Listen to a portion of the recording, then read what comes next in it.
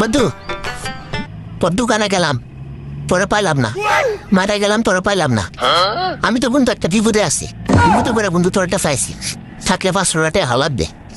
তুই তো বললো মানুষ, তোরা তো নাও করতে পারি না, পকেটের অবস্থাতে এত ভালো এখন টাকা আছে। আচ্ছা ধর তোরে 500 টাকা ধর দিলাম, তোর যেহেতু বিপদ কি করা আছে।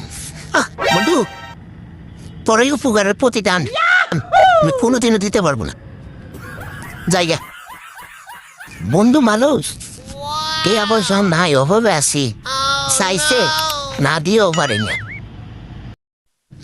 শালার বন্ধুরে 500 টাকা দিলাম, শালার বন্ধুরে তো 1 মাস ধরে এখন আর খুঁজেই পাই না। ওটা কে ইব্রাহিম না? বন্ধু